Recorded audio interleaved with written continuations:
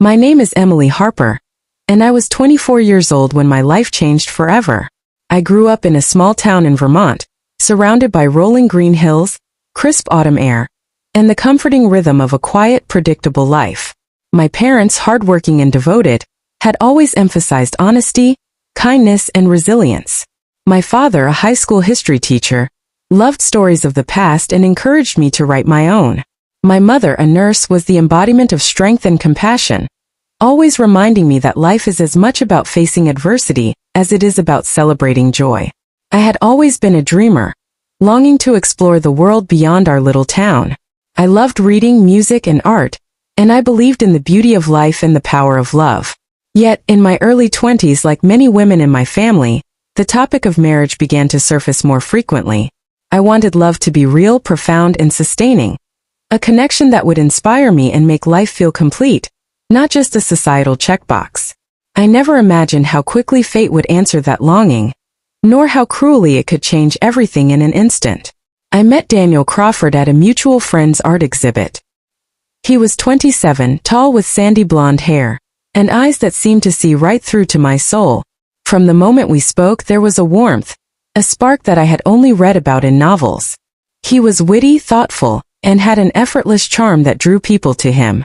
But more than that, he listened, truly listened, as if the world had paused to let our conversation take shape. Our courtship was brief but intense. We spent hours walking through the city streets, sharing our dreams and fears, our pasts and aspirations. Every day felt like a revelation, every conversation a promise of something beautiful. By the time he proposed, I was certain I had found not just a partner but a soulmate. We married in a small ceremony under the summer sky, surrounded by friends, family, and an air of uncontainable joy. The first year of our marriage was blissful. We explored new cities together, cooked meals late at night while laughing until our sides hurt, and made plans for a future that felt endless and bright. Daniel had a way of making ordinary moments extraordinary. Morning coffee felt like a ritual of connection, and quiet evenings on the porch became our sanctuary. I believed that love could protect us from anything, that our bond was unshakable, eternal. Yet life has a cruel way of testing even the strongest hearts. One ordinary Tuesday, when the world seemed unchanged, everything collapsed.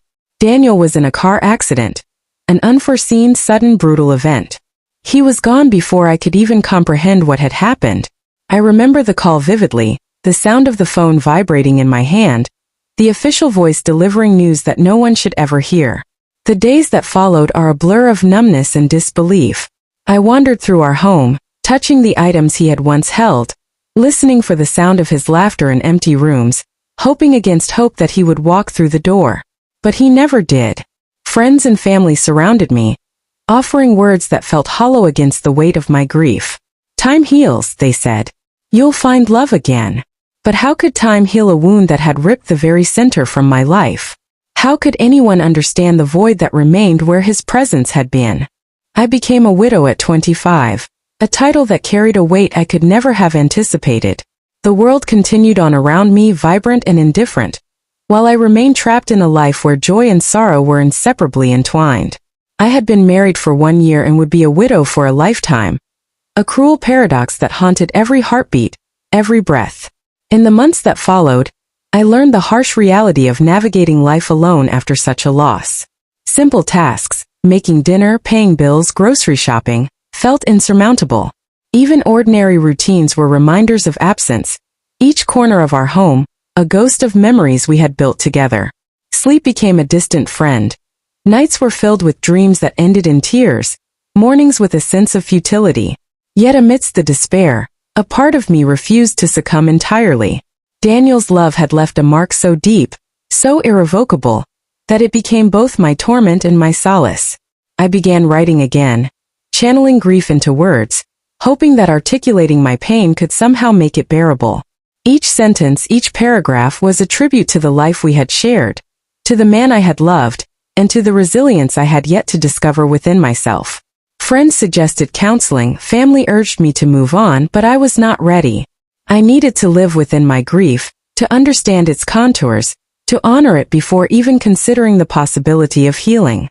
People told me that life would eventually offer a new normal, but for the first year, or even the first several years, there was only the stark reality of absence.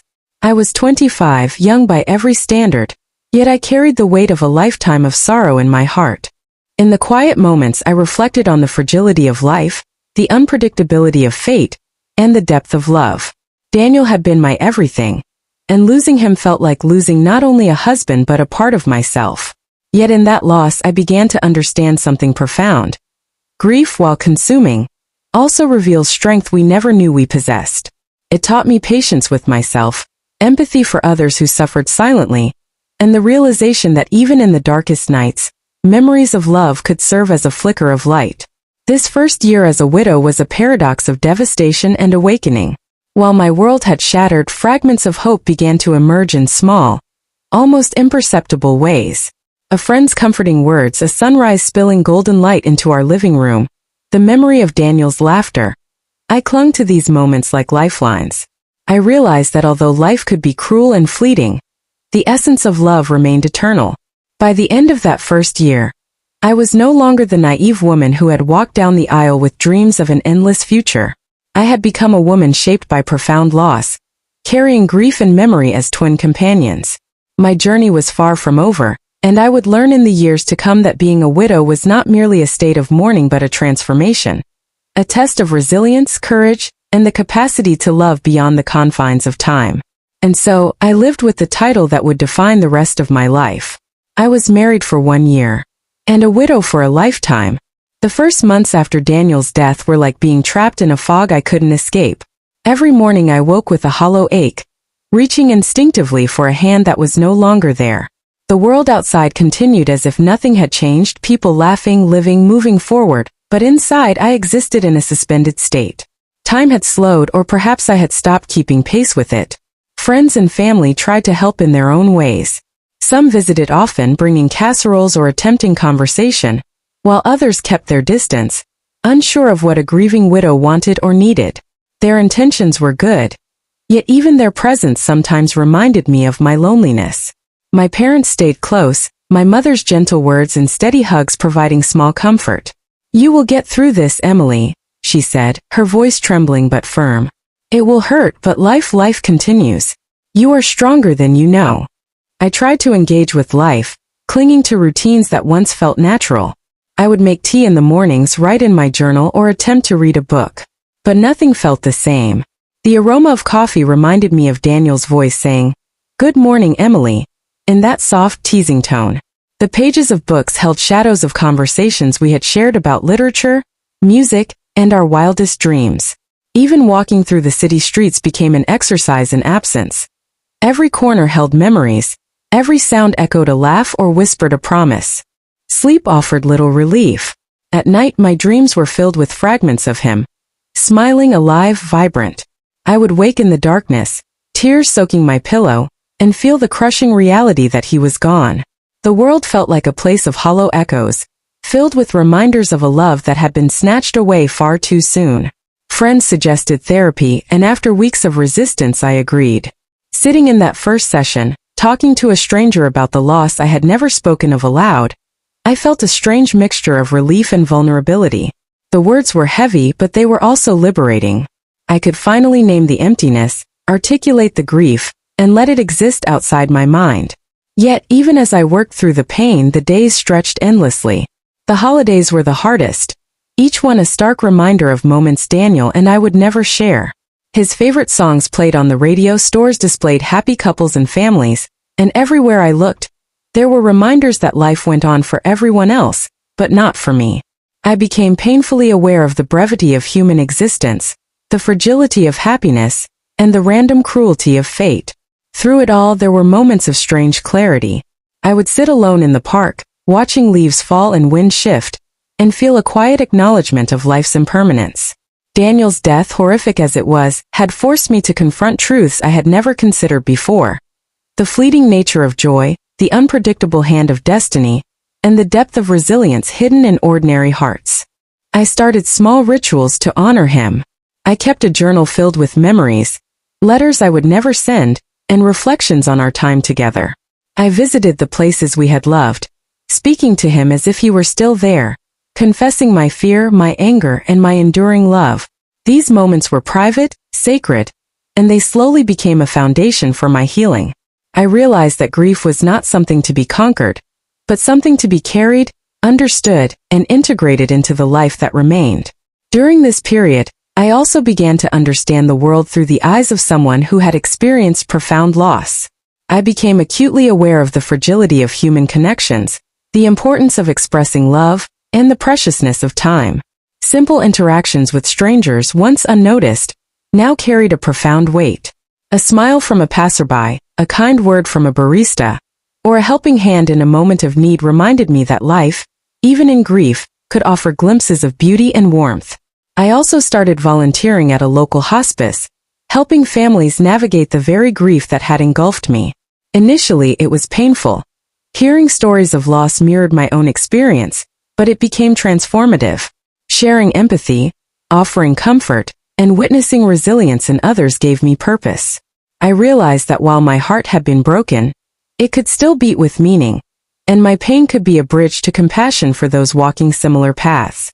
Friends occasionally suggested dating again, but the very idea felt alien. I couldn't imagine another love replacing Daniel. I couldn't conceive of joy without him.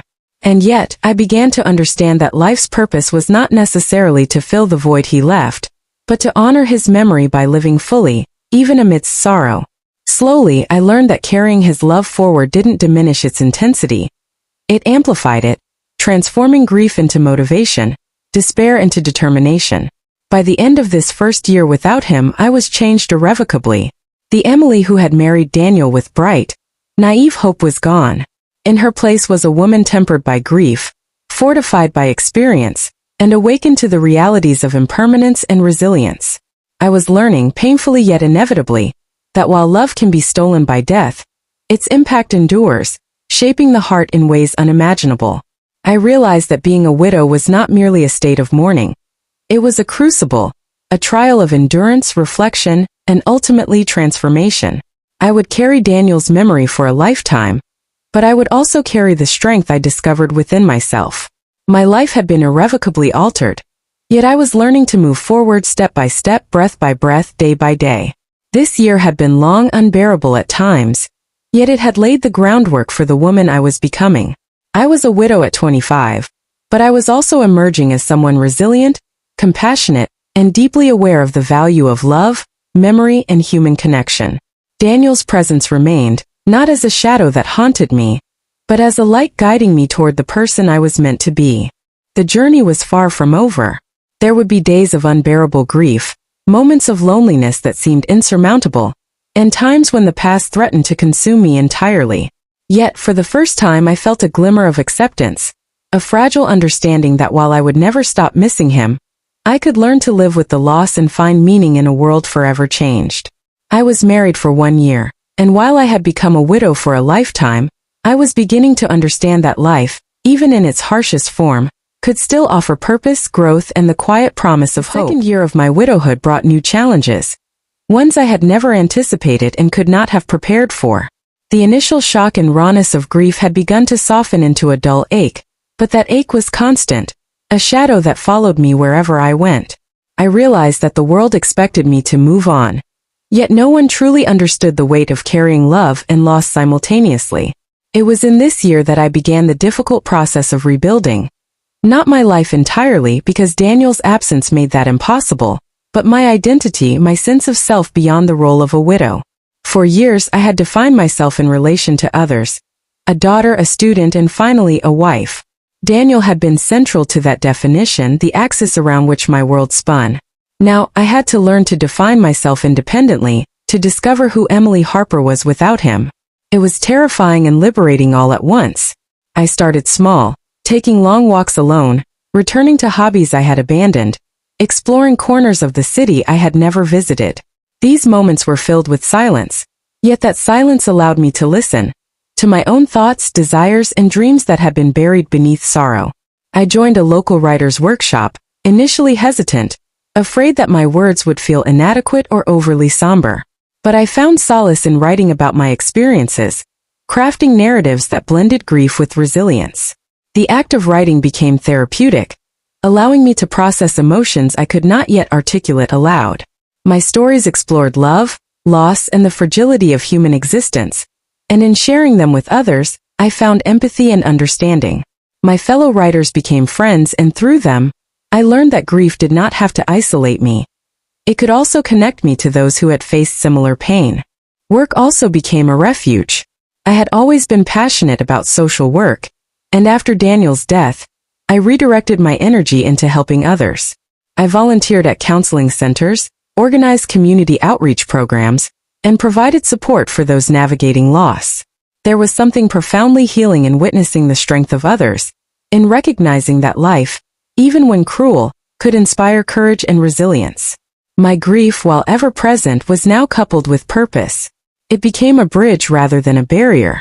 Social interactions remained complicated.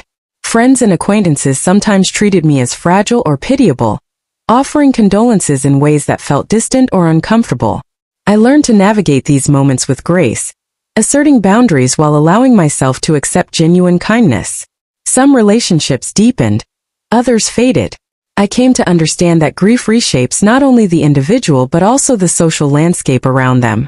True connections endure, while superficial ties often dissolve under the weight of shared sorrow. Family dynamics were equally challenging. My parents, though supportive, carried their own grief in watching their daughter endure unimaginable loss. My mother's quiet sadness mirrored mine, while my father's attempts to shield me sometimes felt suffocating. I had to learn to communicate openly, to assert my needs without guilt, and to honor both my grief and my autonomy. It was an ongoing negotiation of love, respect, and personal boundaries. As I began to reclaim aspects of my life, I also confronted my fears: fear of future relationships, fear of attachment, fear of being vulnerable again. Though I could not imagine loving another as I had loved Daniel, I recognized the necessity of trust and connection. I sought therapy consistently, learning techniques to manage anxiety, intrusive memories, and the profound loneliness that occasionally engulfed me. Through therapy, I began to understand that being open to life did not mean betraying Daniel's memory. It meant honoring his legacy by living fully. Travel became a tool for healing. I ventured to places Daniel and I had dreamed of visiting but never reached. I walked along beaches, hiked mountains, and explored cities filled with unfamiliar sounds and scents. Each journey was both a confrontation with grief and a celebration of life, a reminder that though he was gone, the world still held beauty, wonder, and opportunities for growth. These experiences allowed me to feel alive in ways I had feared impossible, and slowly, I discovered joy could coexist with sorrow. During this period, I also began mentoring young women in the community, many of whom were navigating personal challenges, broken relationships, or uncertainty about their futures. Sharing my experiences, both the rawness of loss and the triumph of resilience, was empowering. I realized that my pain could be transformed into a source of guidance, that my story could inspire strength in others, even while I continued to navigate my own journey. By the end of this second year, I began to recognize a subtle but profound shift within myself. I was no longer defined solely by loss. I had cultivated independence, strength, and self-awareness. My grief remained a part of me, but it no longer dictated every thought, every action. I had learned to carry it with grace, integrating it into the narrative of my life, rather than allowing it to consume me entirely. And yet, transformation was not linear. There were moments of despair, nights when tears came unbidden, and days when memories overwhelmed me. I allowed these moments to exist without judgment, understanding that healing is not about erasing pain but about living with it. In doing so, I found a measure of peace, a fragile equilibrium that allowed me to face each day with a renewed sense of purpose. As I looked back over the past 2 years, I realized that my journey was more than surviving widowhood. It was an awakening. I had discovered strengths I never knew existed, formed meaningful connections, and begun to embrace life on my own terms. I understood now that while Daniel's absence would forever shape my life, it did not prevent me from living fully, loving deeply, or finding meaning in a world forever altered by loss. I was married for 1 year and a widow for a lifetime, but in the crucible of grief, I had begun to forge a new identity, one marked not by despair alone, but by courage, resilience, and the quiet power of a heart that refuses to surrender entirely. By the 3rd year of widowhood, I had settled into a rhythm, one that balanced grief with the slow, careful cultivation of my independence. Yet, living alone in the world as a young widow came with challenges I had never anticipated. People's eyes often lingered too long, their questions were poorly masked as concern, and society's unspoken rules about widowhood seemed designed to remind me that I no longer belonged to the world in the same way. I remember walking into a bustling cafe one afternoon, notebook in hand, intending to write as I had countless times before. A woman at the next table glanced at me, her expression a mixture of curiosity and pity. "It must be so hard for someone your age," she said quietly, "to be alone like this." I wanted to tell her that grief is not a uniform experience, that age does not determine the depth of love or the weight of loss, but I only smiled faintly and returned to my writing. Over time, I learned that the world would impose its narratives on me whether I agreed or not, and I had to navigate them with quiet resilience. At work and in the community, I began to notice subtle shifts in how people treated me. Some were overly protective, assuming that a widow could not handle responsibilities, while others were hesitant to include me in social events, unsure how to engage with someone carrying so much sorrow. Initially, these reactions stung. I felt isolated, frustrated by society's inability to see me as a whole person, rather than a symbol of tragedy. But gradually, I turned these experiences into lessons in patience, understanding, and assertiveness. I learned to set boundaries, to explain my needs calmly, and to assert my right to live fully without apology.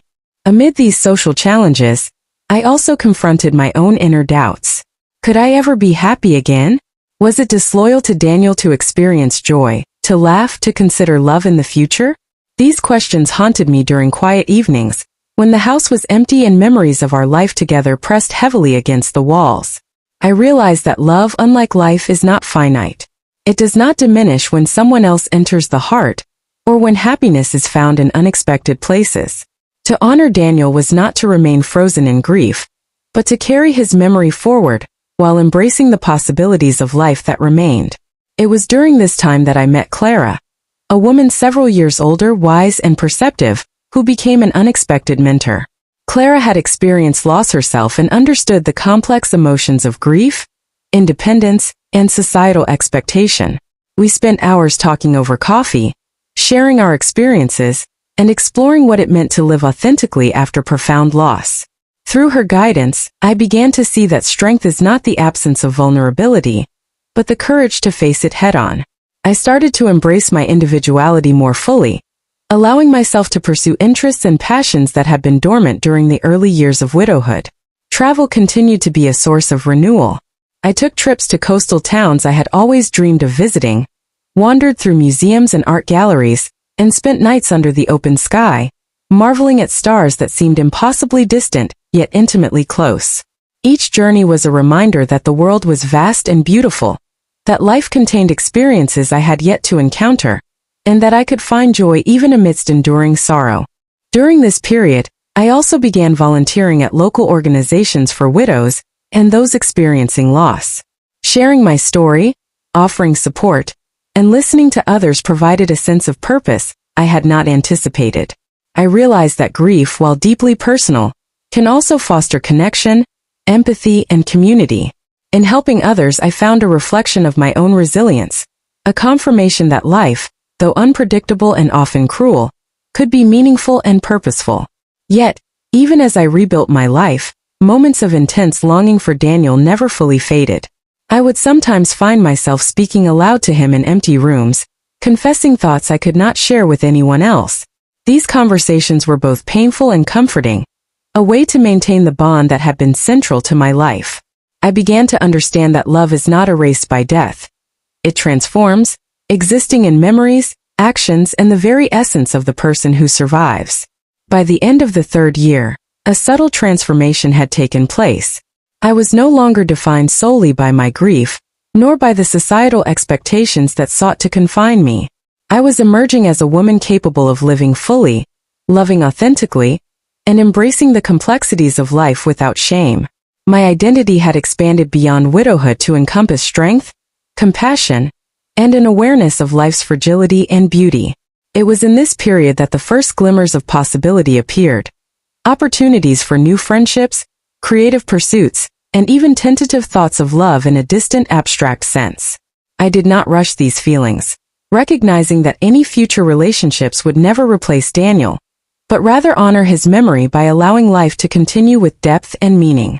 I began to attend community events, workshops, and social gatherings with a newfound confidence.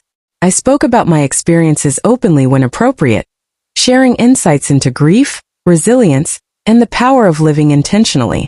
People began to see me not merely as a young widow, but as a woman of strength, intellect, and empathy.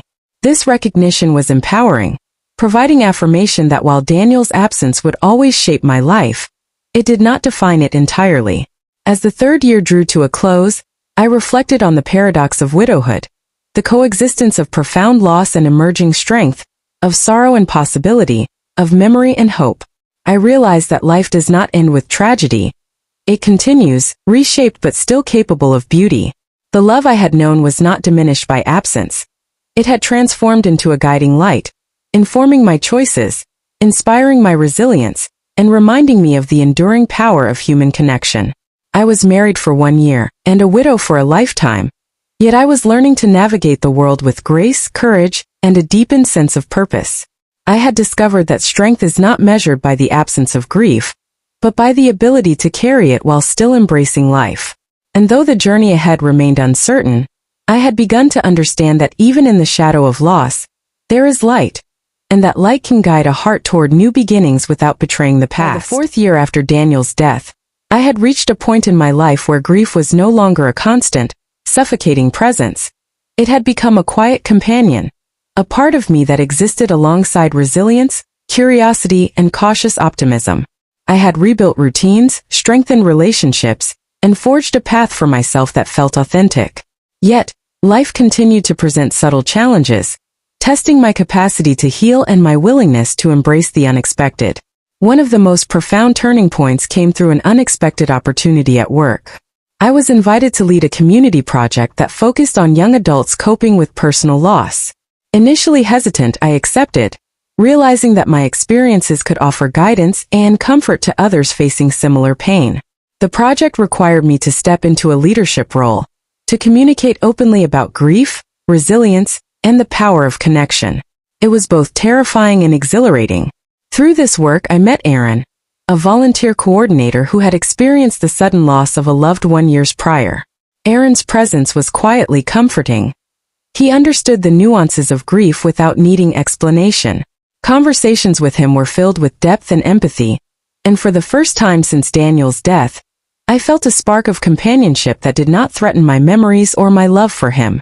It was tentative, delicate, and entirely unexpected. Navigating this new connection was complicated. I constantly questioned myself. Was it wrong to feel joy? Could I allow myself to form bonds with someone else without betraying Daniel's memory? Yet, through reflection and counseling, I realized that the essence of love is not possessive. It is expansive, capable of honoring the past while engaging with the present. Daniel's love had shaped me, and allowing space for new connections was not a betrayal, but an extension of the heart he had nurtured. Meanwhile, my personal life had expanded in other ways as well. I traveled further, explored new hobbies, and strengthened friendships. I took painting classes, which became a form of meditation, capturing landscapes and emotions in ways words could not. Each brushstroke was an act of presence, a tangible reminder that life, despite its pain, contained beauty and opportunity. I also began speaking publicly about widowhood, grief, and resilience, sharing my story with larger audiences. The experience was empowering, transforming personal pain into collective understanding, and fostering a sense of purpose I had not anticipated. Socially, I encountered the subtle judgments that often accompany young widows considering love again.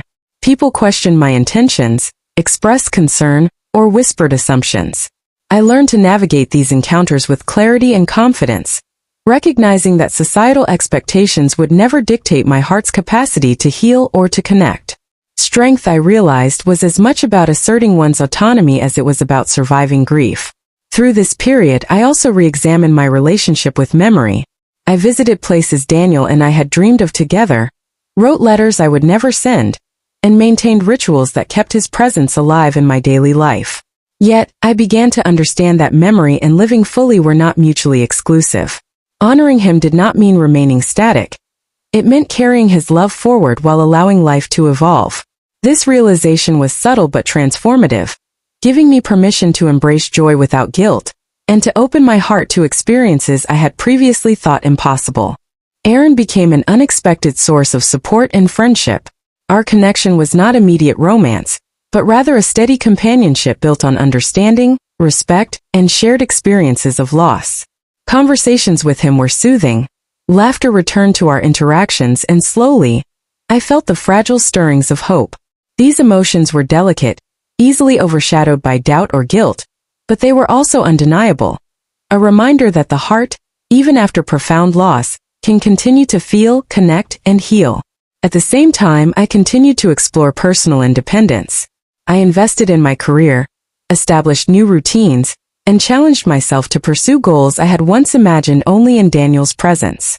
Writing, teaching, and volunteering became intertwined aspects of my life, each providing purpose and fulfillment. I discovered that resilience is not merely the capacity to endure suffering, but the ability to transform it into growth, empathy, and intentional living. By the end of this 4th year, I had begun to reconcile the paradox of widowhood, the coexistence of love and loss, memory and possibility, sorrow and hope. I realized that being a widow did not confine me to a life of isolation or despair. It offered a unique lens through which to understand human connection, to cultivate empathy, and to embrace life's fragility and beauty with heightened awareness. In quiet moments, I still spoke to Daniel, recounting the small joys, the challenges, and the tentative new beginnings I had discovered. These conversations were not acts of denial or avoidance, but affirmations of love that transcended presence and absence. His memory became a foundation, not a cage, a source of guidance and strength rather than sorrow alone. And so, in the 4th year of life after loss, I found myself standing at a threshold, one foot firmly planted in the past, the other cautiously stepping into the future. I understood that love in all its forms endures, that grief can coexist with hope, and that the human heart is capable of holding both memory and new beginnings simultaneously. I was married for 1 year, a widow for a lifetime, but now I was also a woman learning to embrace the full spectrum of life. I had discovered resilience, purpose, and the fragile yet undeniable promise that even after profound loss, the heart can open again, cautiously, beautifully, and without betraying the love that came before. The 5th year of widowhood was unlike any I had previously experienced. By now, grief had softened from a sharp, all-consuming pain into a quiet, lingering presence. It was like an old friend who no longer dominated my days but whose presence I could not, and would not, ignore. Every morning, I awoke with memories of Daniel, his voice echoing in my mind, his laughter lingering in the quiet moments of dawn. And every evening I allowed myself to feel the ache of his absence, acknowledging it without letting it define me. During this year, I began to reflect more deeply on what it meant to truly live after profound loss. Widowhood is often portrayed as a life of mourning, a permanent state of waiting for someone who is gone. But I realized that life does not pause for grief. It continues relentlessly, filled with moments of beauty, challenge, and possibility. To live fully after loss is not to forget. It is to carry memory as a light, illuminating the path ahead rather than casting shadows over it. I immersed myself further into work, community projects, and writing. I published several essays about grief and resilience, sharing my personal experiences in ways that resonated with others. The feedback was overwhelming. Strangers wrote to me, thanking me for putting their unspoken feelings into words, for helping them navigate the loneliness and fear that often accompanies loss. In these moments, I understood that my grief had not isolated me, but had created a bridge to others who had suffered similarly. My pain had transformed into a source of empathy, purpose, and connection. Aaron, the friend and confidant who had gradually become a part of my life, continued to provide quiet support. Our relationship was still delicate, cautious, and deeply respectful of the love I had lost. We spent time together, sharing laughter, conversations, and silence, sometimes all at once. It was unlike any romantic connection I had previously known. There was no rush, no expectation to replace Daniel, only a shared understanding that life could continue to offer companionship, even in the shadow of profound loss. Yet, even amidst these small joys, there were moments of vulnerability that reminded me of the fragility of life. A song on the radio, a scent that reminded me of him, or a photograph from our past could bring tears streaming down my face without warning.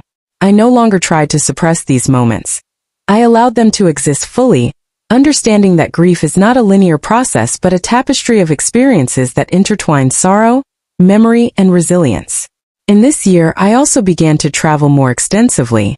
I visited places Daniel and I had once dreamed of together. Paris, where we had imagined strolling along the Seine, the Amalfi Coast, where we had planned a summer escape, and New York, where we had hoped to attend art exhibitions and concerts.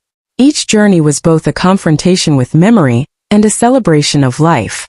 I spoke to him silently as I walked through museums, ate meals in cafes we had discussed, and gazed at landscapes we had once imagined together. These experiences allowed me to integrate memory into my life, rather than letting it remain a source of pain. Through these travels and reflections, I began to confront another profound realization. Life is finite, unpredictable, and often cruel, but it is also filled with moments of astonishing beauty. Daniel's death had taught me the impermanence of joy, but it had also revealed the depth of love that can exist, endure, and transform. I began to see that living fully did not mean forgetting him. It meant honoring his memory through courage, presence, and the pursuit of meaning in every day. I also began to focus more intentionally on personal growth. I took courses in creative writing and art, joined discussion groups, and challenged myself to explore new skills and ideas. Every accomplishment, no matter how small, was a reminder that life could be meaningful even amidst loss. I discovered that resilience is not simply surviving hardship, but cultivating a life that is rich, purposeful, and expansive despite it. During this time, I faced the delicate task of reconciling my love for Daniel with the possibility of future happiness. It was not a question of replacing him, such a thought would have been impossible, but of opening my heart to the fullness of life. I allowed myself to consider what companionship might look like in a future that did not diminish the past. Aaron's presence made this easier, though it was never the goal to replicate or replace the love I had lost. Instead, he represented the gentle possibility that human connection could endure beyond tragedy, and that joy could coexist with memory without betrayal. Family life continued to play an essential role in my recovery. My parents, now older and more reflective, often reminded me of the importance of embracing life fully. Their support was unwavering, yet they allowed me the space to navigate my grief independently. My mother's quiet wisdom and my father's steadfast presence were constants I relied on, reminding me that love exists not only in romantic partnerships, but also in the bonds of family and friendship. In addition to personal and professional growth, I began mentoring other widows and young women navigating grief. I organized workshops, support groups, and creative retreats that allowed individuals to express their pain, share experiences, and cultivate resilience. Watching others transform their grief into strength reminded me of my own journey and reinforced the profound truth that loss, while devastating, can be a catalyst for growth, empathy, and purposeful living. As the years continued to unfold, I began to embrace a profound sense of acceptance. Acceptance does not mean forgetting or ceasing to grieve. It means acknowledging the full complexity of life and finding peace within it. I learned to integrate Daniel's memory into every aspect of my existence, through writing, art, personal reflection, and daily rituals that honored him. I carried him not as a weight but as a presence that inspired courage, hope, and authenticity. I also developed a new understanding of love. Love is not limited to romantic attachment. It exists in friendship, family, mentorship, and the quiet appreciation of life itself. I cultivated gratitude for moments of connection, laughter, and shared experience, recognizing that these were not replacements for Daniel, but extensions of the heart he had nurtured in me. Love, I realized, is infinite. It can encompass memory, loss, hope, and joy simultaneously. By the 6th year of widowhood, I had reached a point where grief and life coexisted in a delicate, harmonious balance. I still felt the pangs of longing, the sudden waves of sorrow, and the moments of loneliness that could strike unexpectedly. Yet these experiences no longer defined me. They were part of a larger, richer tapestry that included purpose, love, growth, and memory. I had learned to navigate life with intention, courage, and empathy, honoring Daniel's memory while embracing the possibilities that remained. During this period, I also began to document my journey extensively. I wrote memoirs, essays, and reflections that captured the complexities of widowhood, love, and resilience. Writing became both a catharsis and a gift, a way to share experiences with those who could not articulate their grief, to validate feelings of sorrow, and to provide a roadmap for navigating life after profound loss. The act of writing reminded me that human experience is both fragile and enduring, filled with pain and beauty in equal measure. Through these reflections, I understood the profound lessons of my journey.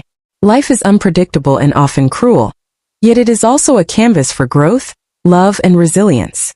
Loss does not signify the end of life. It challenges us to find meaning, strength, and purpose in its aftermath.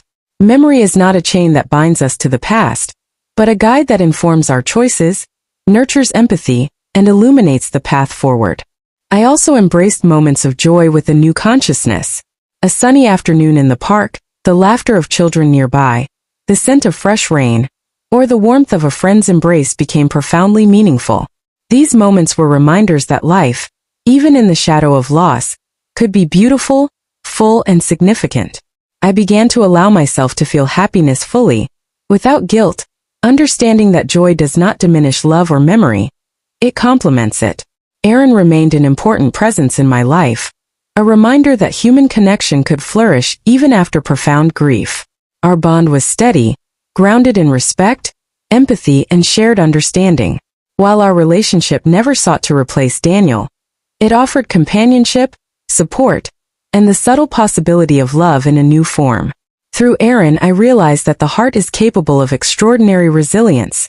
It can grieve deeply, love fiercely, and open again when the time is right. As I reflected on the years that had passed, I recognized the extraordinary journey of transformation I had undergone. I had been married for 1 year, widowed for a lifetime, yet through grief, resilience, and self-discovery, I had cultivated a life of meaning, purpose, and love. The pain of loss had not vanished, but it had been transmuted into strength, empathy, and profound appreciation for the fragility and beauty of existence. I understood now that widowhood is not merely a title. It is a crucible through which one discovers courage, compassion, and the capacity to live fully. I had learned to carry memory as a guiding light, to embrace life without guilt, and to find hope amidst sorrow. I had learned that love transcends absence, grief can coexist with joy, and the human heart is capable of remarkable resilience. I was no longer solely defined by grief. I was Emily Harper, widow, survivor, writer, mentor, friend, and woman of strength. I had learned that life, even when marked by loss, holds beauty, purpose, and love beyond what one might imagine. Daniel's memory remained, a sacred presence that guided my choices, inspired my actions, and reminded me of the depth of human connection. I realized that life does not demand perfection, only presence.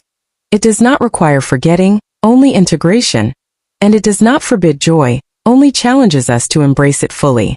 I had navigated despair, rebuilt my identity, cultivated purpose, and allowed the heart to heal without erasing the love that had defined me. I had been married for 1 year, widowed for a lifetime, but I had also learned to live fully, to love freely, and to carry memory as a source of strength rather than sorrow. In that quiet moment, as the sun dipped below the horizon, I understood the paradox of life and love. Grief and joy, memory and presence, sorrow and hope. They coexist, intertwined in ways that are both beautiful and inevitable. I carried Daniel in my heart, honored him in my actions, and embraced the life that remained with courage, grace, and authenticity. I was married for 1 year, a widow for a lifetime, yet I had discovered that even in the shadow of loss, the heart could endure, love could persist, and life could be rich, meaningful, and beautiful. My journey was a testament to resilience, the enduring power of love, and the human capacity to transform pain into growth, memory into inspiration, and absence into a guiding light for the life that continues, full of possibilities, meaning, and hope.